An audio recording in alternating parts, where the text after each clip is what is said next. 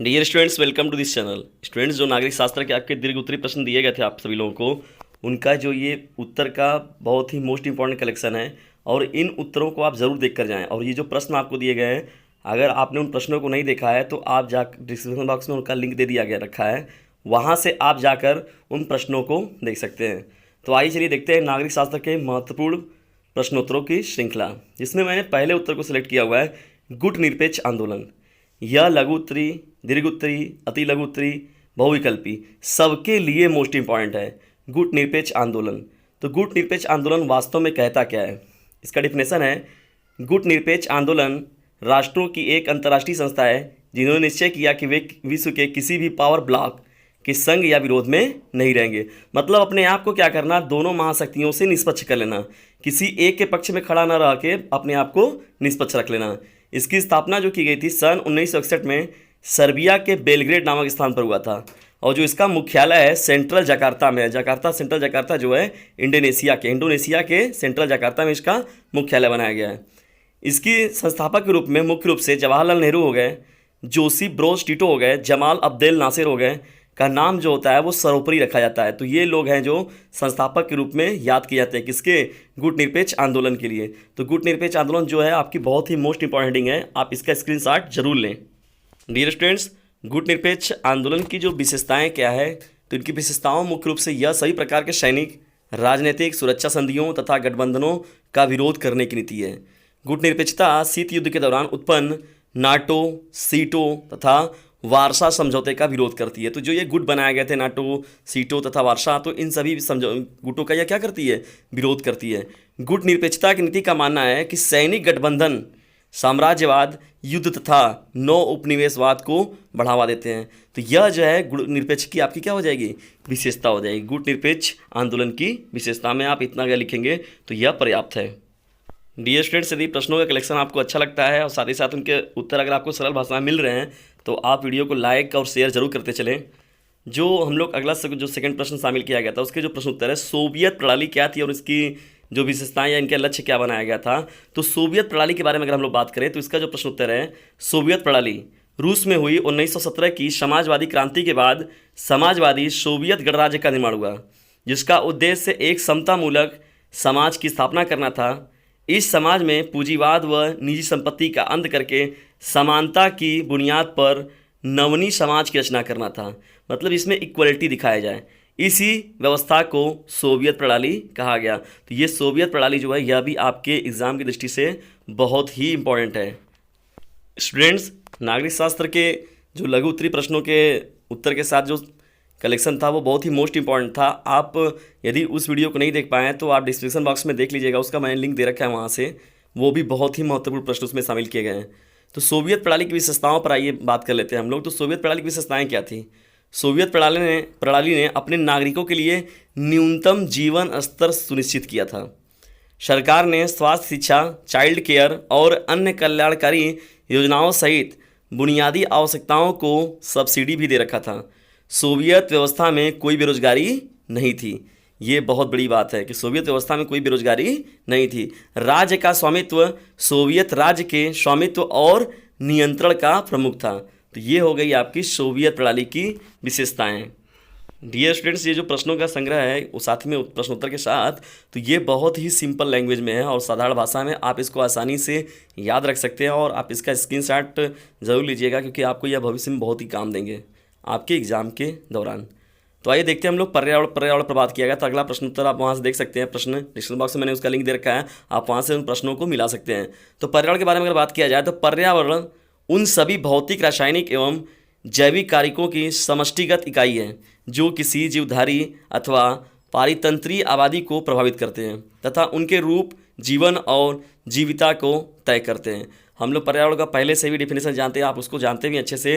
परिधन आवरण मतलब हम जिस आवरण के चारों ओर से घिरे हुए हैं तो उसे ही हम लोग एक तरीके से बोलते हैं पर्यावरण। तो लेकिन आपको यहाँ पर जो ये ठोस डिफिनेशन आपको दिया जा रहा है, आप इसे लिखिए। परिधन आवरण की बातें जो होती तो वो तो मैक्सिमम लोग इसे ऐड करते ही हैं, लेकिन आपको ये जो दिया गया डिफिनेशन ये बहुत ही महत्वपूर्ण है। डियर स्टूडेंट्स, यदि पर्यावरण के अगर हम लोग वर्गीकरण के बारे में बात करते हैं तो भौतिक निर्मित पर्यावरण और मानव निर्मित पर्यावरण की बात होती है। तो आइए चलिए देखते हैं हम लोग कि भौतिक निर्मित पर्यावरण क्या है। पर्यावरण के जैविक संगठनों में सूक्ष्म जीवाणु से लेकर कीड़े मकोड़े, सभी जीव जंतु और पेड़ पौधे आ जाते हैं, और इसके साथ ही उनसे जुड़ी सारी जैव क्रियाएं और प्रक्रियाएं भी। जबकि अजैविक जो संगठक होते हैं उसमें जीवन रहित तत्व और उनसे जुड़ी प्रक्रियाएं आती हैं, जैसे चट्टानें, पर्वत, नदी, जलवायु के तत्व आदि। तो ये भौतिक निर्मित पर्यावरण है। तो इन्हें हम लोग क्या कहते हैं? भौतिक निर्मित पर्यावरण। और भौतिक में भी कौन से? जैविक और अजैविक, मतलब जैविक संगठक और अजैविक संगठक के रूप में हम लोग इनका अध्ययन करते हैं। डियर स्टूडेंट, आगे बढ़ते हैं। मानव निर्मित पर्यावरण क्या होता है? तो मानव निर्मित पर्यावरण जो होता है वो मानव द्वारा प्रयासपूर्वक निर्मित पर्यावरण को मानव निर्मित पर्यावरण कहते हैं। यह भौतिक पर्यावरण से भिन्न होता है। इसमें भवन, पार्क सहित बहुत सी चीज़ें आती हैं। देखिए, भवन की बात हो गई, पार्क की बात हो गई, तो इन सभी चीज़ों को जो बनाने का कार्य होता है वो मानव के द्वारा होता है, इसलिए इसको मानव निर्मित पर्यावरण कहते हैं हम लोग। मानव ने ही पर्यावरण को दूषित भी किया है और उसे संरक्षित भी किया है। मतलब अगर देखा जाए तो मानव जाति के हाथ में ही है कि वो पर्यावरण को क्या करे, वो बर्बाद कर दे या दूषित कर दे पूरी तरीके से, या उसे संरक्षित करे। तो दोनों की जिम्मेदारियाँ उसी के ऊपर हैं। डियर स्टूडेंट्स, यदि आपने इतिहास के महत्वपूर्ण प्रश्नों की श्रृंखला को नहीं देखा है तो आप उन प्रश्नों को ज़रूर देख लें, जिसका लिंक मैंने डिस्क्रिप्शन बॉक्स में दे रखा है। वो इतिहास के जो प्रश्न हैं वो बहुत ही बारंबार आपकी यूपी बोर्ड एग्जामिनेशन में आने वाले हैं और बहुत ही महत्वपूर्ण हैं आपके इस बार के भी यूपी बोर्ड एग्जामिनेशन के लिए। तो राज्य पुनर्गठन आयोग क्या है? ये एक बहुत ही महत्वपूर्ण उत्तर है। राज्य पुनर्गठन आयोग, राज्य पुनर्गठन आयोग क्या था और इस आयोग की सिफारिशें क्या है? तो राज्य पुनर्गठन आयोग की बात अगर हम लोग करते हैं तो भारत के स्वतंत्र होने के बाद भारत सरकार ने अंग्रेजी राज के दिनों की राज्यों को भाषाई आधार पर पुनर्गठित करने के लिए राज्य पुनर्गठन आयोग की स्थापना की। राज्य पुनर्गठन आयोग की स्थापना के तरीके से देखा जाए तो भाषाई आधार पर किया गया। सन 1950 के दशक में बने पहले राज्य पुनर्गठन आयोग की सिफारिश में राज्यों के बंटवारे का आधार भाषाई था, यानी भाषा के आधार पर इस आयोग का गठन किया गया था। कौन से आयोग का? राज्य पुनर्गठन आयोग का। डियर स्टूडेंट्स, वीडियो में अंत तक जरूर बने रहें क्योंकि आगे और भी बहुत ही महत्वपूर्ण प्रश्नों का श्रृंखला बाकी है। यदि आप अगर स्किप करते हैं वीडियो को तो आपके वो महत्वपूर्ण प्रश्न आपसे छूट जाएंगे। तो आप उन प्रश्नों यानी इस पूरी वीडियो को लास्ट तक जरूर देखें। राज्य पुनर्गठन आयोग की सिफारिशें क्या थी? इस आयोग के 3 सदस्य न्यायमूर्ति फजल अली, हृदयनाथ कुंजरू और के.एम. पडिक्कर थे। तो ये एक तरीके से जो बनाई गई थी आयोग, तो उसमें मुख्य रूप से 3 लोगों की बात होती है, फजल अली, हृदयनाथ कुंज और के.एम. पडिक्कर। इस आयोग ने 30 दिसंबर 1955 को अपनी रिपोर्ट सौंपी। इस आयोग ने राष्ट्रीय एकता, प्रशासनिक और वित्तीय व्यवहारिता, आर्थिक विकास, अल्पसंख्यक हितों की रक्षा तथा भाषा को राज्यों के पुनर्गठन का आधार बनाया। तो ये मुख्य रूप से जो सिफारिशें थी राज्य पुनर्गठन आयोग की, इतनी सिफारिशें थी। कौन कौन सी? राष्ट्रीय एकता, प्रशासनिक, वित्तीय व्यवहारिता, आर्थिक विकास, अल्पसंख्यक हितों की रक्षा और भाषा को राज्यों के पुनर्गठन का आधार मानना। तो ये मुख्य रूप से सिफारिश की गई थी राज्य पुनर्गठन आयोग में। डियर स्टूडेंट्स, हिंदी और इंग्लिश के महत्वपूर्ण लिंक आपको मिल जाएंगे डिस्क्रिप्शन बॉक्स में। आप हिंदी और इंग्लिश के बहुविकल्पी मोस्ट इंपॉर्टेंट प्रश्न अगर आपको चाहिए तो आप वहाँ से देख सकते हैं प्रश्नों को। आइए आगे बढ़ते हैं हम लोग। प्रश्नोत्तर। नीति आयोग। तो नीति आयोग को अगर हम लोग बात करें तो NITI हम लोग कहते हैं इसे, इंग्लिश में अगर आप कहेंगे national institute for transforming India. तो ये जो मैंने बहुविकल्पी प्रश्न आया तो वहाँ पर मैंने फुल फॉर्म इसका लिखा हुआ भी है। तो नीति आयोग को पूरा नाम भी लिख सकते हैं आप इंग्लिश में। तो ये क्या है? तो नीति आयोग को हम लोग बोलते हैं राष्ट्रीय भारत परिवर्तन संस्था। NITI Aayog, national institute for transforming India. तो जो इसका हिंदी रूपांतरण होता है राष्ट्रीय भारत परिवर्तन संस्था। तो इसका जो गठन किया गया था 1 जनवरी 2015 को। तो जो ये सिफारिश की गई थी 2014 में की गई, लेकिन जो गठन किया गया था 1 जनवरी 2015 को किया गया है। केंद्रीय मंत्रिमंडल के एक प्रस्ताव के माध्यम से किया गया था। यह भारत के एक प्रमुख नीतिगत थिंक टैंक के रूप में उभरा है। यह भारत के एक महत्वपूर्ण नीतिगत थिंक टैंक के रूप में उभरा है। इस बात को याद रखिएगा, जो सहकारी संघवाद की भावना को बढ़ावा देता है। तो ये है नीति आयोग आप सभी लोग का, जिसका गठन कब किया गया था? 1 जनवरी 2015 को। डियर स्टूडेंट्स, यदि आप चैनल पर नए हैं तो चैनल को सब्सक्राइब करना बिल्कुल भी मत भूलिएगा और लाइक और शेयर बिल्कुल करते चलें। साथ ही साथ नीति आयोग के क्या उद्देश्य थे, आइए कुछ उन पर बातें कर लेते हैं। तो नीति आयोग जो बनाया गया था उसका क्या उद्देश्य है? ग्रामीण स्तर पर विश्वसनीय योजना तैयार करने के लिए तंत्र विकसित करना। यदि देखा जाए आप इसको अलग अलग वाइज में भी लिख सकते हैं, पहला, दूसरा, तीसरा पॉइंट करके मैंने यहाँ पर एक साथ में सेलेक्ट कर लिया हुआ है। आप पॉइंट वाइज भी इसे लिख सकते हैं। तो तंत्र विकसित करना। सेकेंड अगर देखा जाए आपको तो आर्थिक प्रगति के लाभों से वंचित समाज के वंचित वर्गों पर विशेष ध्यान केंद्रित करना, यह भी नीति आयोग के उद्देश्य में शामिल किया गया है। अगर आगे देखा जाए तो यह मानते हुए कि मजबूत राज्य एक मजबूत राष्ट्र बनाते हैं। तो अगर राज्यों को मजबूती मिलेगी तो उससे एक मजबूत राष्ट्र बनता है। इसे ही हम लोग संघ की बात करते हैं। संघीय सहभागिता की भावना को बढ़ाने के लिए राज्यों को निरंतर संरचित समर्थन तंत्र के माध्यम से सहयोग प्रदान करना, यानी संघ जो है वो राज्यों को नियमित रूप से सहयोग प्रदान करती रहेगी, ऐसी सिफारिश की गई है नीति आयोग में।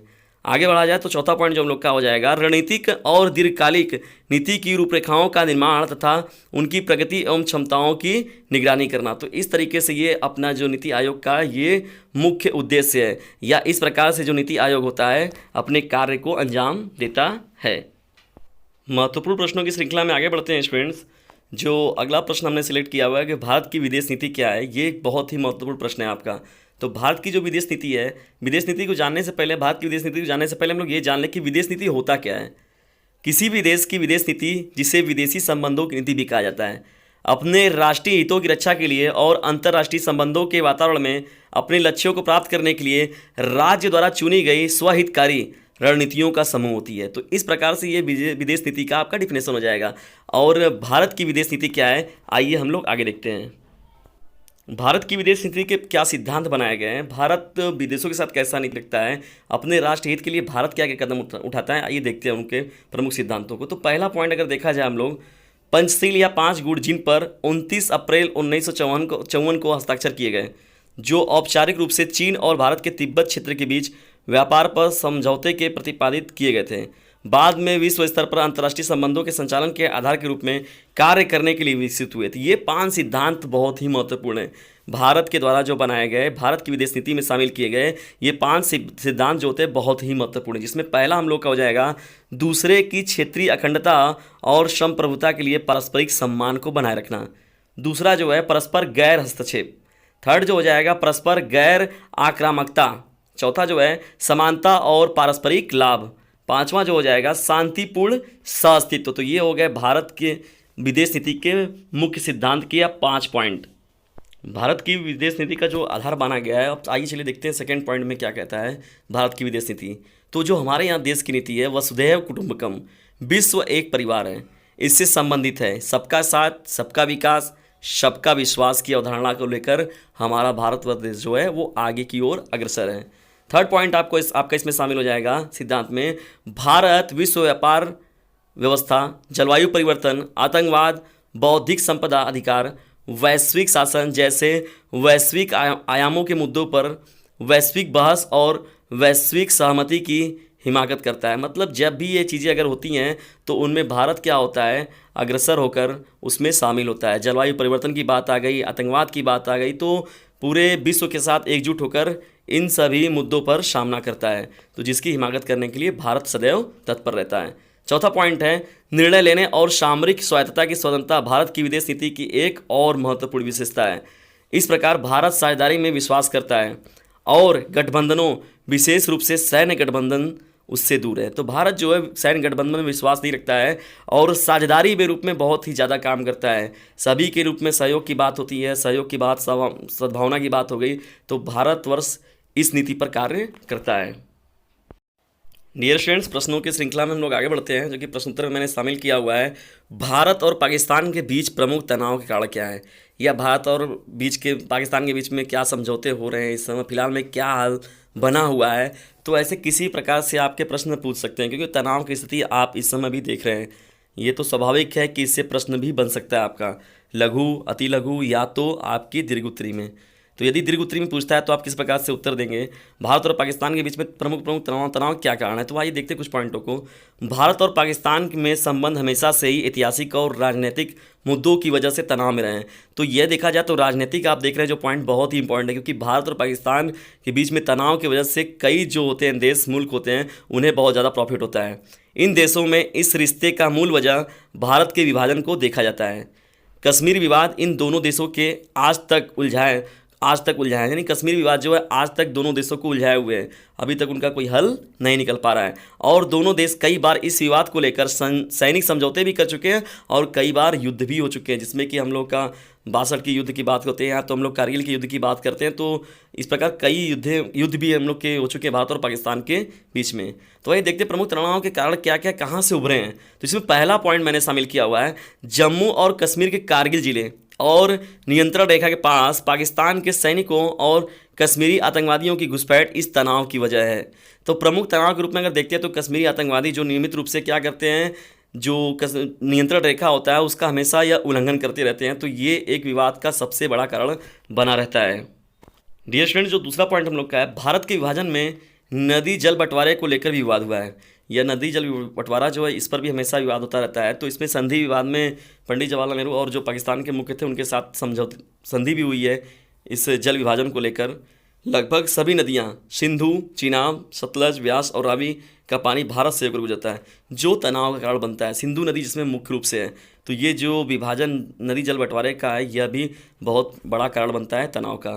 थर्ड जो पॉइंट हो जाएगा, विवाद का सबसे बड़ा कारण जो है कश्मीर है, जिसमें कि पाकिस्तान के नियंत्रण में भारत में जम्मू और कश्मीर का एक हिस्सा है जिसे पाक अधिकृत कश्मीर POK कहते हैं, और पाकिस्तान में भारतीय कश्मीर को भारत अधिकृत कश्मीर कहा जाता है। यह समस्या दोनों देशों के बीच मुख्य मुद्दे में से एक रही है। तो मैंने पहले ही बताया था कश्मीर, तो उसमें कहा जाता है जो पाकिस्तान के हिस्से में कुछ हिस्सा है और कुछ हिस्सा इंडिया के हिस्से में। तो यहाँ पर इस हिस्से को लेकर भी बहुत बड़ा विवाद का कारण बना हुआ है, किसे, कश्मीर को लेकर। तनाव कारण में अगर देखते हैं हम लोग चौथे पॉइंट को, तो पाकिस्तान ने चीन को पाक अधिकृत कश्मीर के गिलगित में सड़क का इस्तेमाल करने की इजाज़त दे दी। तो यह भी एक बहुत ही महत्वपूर्ण है भारत और पाकिस्तान के मध्य तनाव का। पांचवा पॉइंट जो है, विवाद गंगा के पानी के इस्तेमाल का। यह पानी, गंगा यानी पानी के इस्तेमाल के लिए भी विवाद, आप पहले भी देखो मैंने पॉइंट बताया हुआ है। और फरक्का बांध के निर्माण को लेकर भी बहुत बड़ा विवाद हुआ था। तो यह मुख्य हो गए कुछ आपके भारत और पाकिस्तान के बीच प्रमुख तनाव के कारण। मोस्ट इंपॉर्टेंट प्रश्नों की श्रृंखला में आगे बढ़ते हैं, जिसमें कि भारत में आपातकाल, यह ही बहुत बड़ा इंपॉर्टेंट प्रश्नोत्तरों की श्रृंखला है। तो भारत में आपातकाल क्या है या क्यों लाया गया, क्या इसके चीज़ें हैं, शर्तें क्या हैं, तो आइए देखते हैं। 25 जून 1975 से 21 मार्च 1977 तक 21 महीने की अवधि में भारत में आपातकाल घोषित था। तत्कालीन राष्ट्रपति फखरुद्दीन अली अहमद ने तत्कालीन भारतीय प्रधानमंत्री जो है इंदिरा गांधी कहने पर भारतीय संविधान की धारा 352 के अधीन आपातकाल की घोषणा कर दी। स्वतंत्र भारत के इतिहास में यह सबसे बड़ा विवादास्पद और अलोकतांत्रिक काल था। भारत में आपातकाल की जब यह स्थिति थी तो यह अलोकतांत्रिक काल था। डियर स्टूडेंट्स, जो आपातकाल की आवश्यकता क्यों पड़ती है, आपातकाल क्यों जरूरी है, इसके बारे में एक्चुअली बात कर लेते हैं। संविधान निर्माताओं ने आपातकाल जैसी स्थिति की कल्पना ऐसे वक्त को ध्यान में रखकर की थी जिसमें देश की एकता, अखंडता और सुरक्षा खतरे में हो। इसी को ध्यान में रखकर कुछ ऐसे प्रावधान बनाए गए जिसके तहत केंद्र सरकार बिना किसी रोक टोक के गंभीर फैसले ले सके। तो इस प्रकार से ये जो था आपका आपातकाल लिया गया था। तो ये जो आपातकाल की बात है यह आपका शामिल किया गया है संविधान में। और आपातकाल की आवश्यकता हमारे देश में ऐसे पड़ती है जैसे पड़ोसी देशों से कभी युद्ध की बात हो गई या अचानक तत्काल की बात हो गई, तो हमारे यहाँ संसद से कोई चीज़ें पास होती हैं। संसद से अगर सभी लोग पास करेंगे तो कुछ ऐसी जब शर्तें आ जाती है तो उस समय क्या होता है, जब आपातकाल लग जाता है तो संसद की कोई आवश्यकता नहीं पड़ेगी। उस समय जो प्रधान नेता होगा वो अपने हिसाब से देश को लेके आगे बढ़ सकता है और जैसे जैसे जो आवश्यक कदम होंगे उनको वह उचित कदम उठा सकता है। तो ये डियर स्टूडेंट्स आपके लिए हो गए महत्वपूर्ण प्रश्नों की कुछ श्रृंखलाओं के उनके उत्तर के साथ कलेक्शन। अगर इन प्रश्नों को आपको देखना होगा तो मैंने डिस्क्रिप्शन बॉक्स में इनका लिंक दे रखा है, आप वहां से इन प्रश्नों को देख सकते हैं। और साथ ही साथ यदि वीडियो आपको पसंद आता है तो इसे लाइक और शेयर करना बिल्कुल भी ना भूलें। और चैनल पर नए हैं तो इसे सब्सक्राइब कर लें, क्योंकि आपको और भी मोस्ट इंपॉर्टेंट वीडियोज ऐसे ही मिलते रहेंगे। वीडियो को अंत तक देखने के लिए आप सभी लोगों का हृदय गहराइयों से विनम्रतापूर्वक धन्यवाद।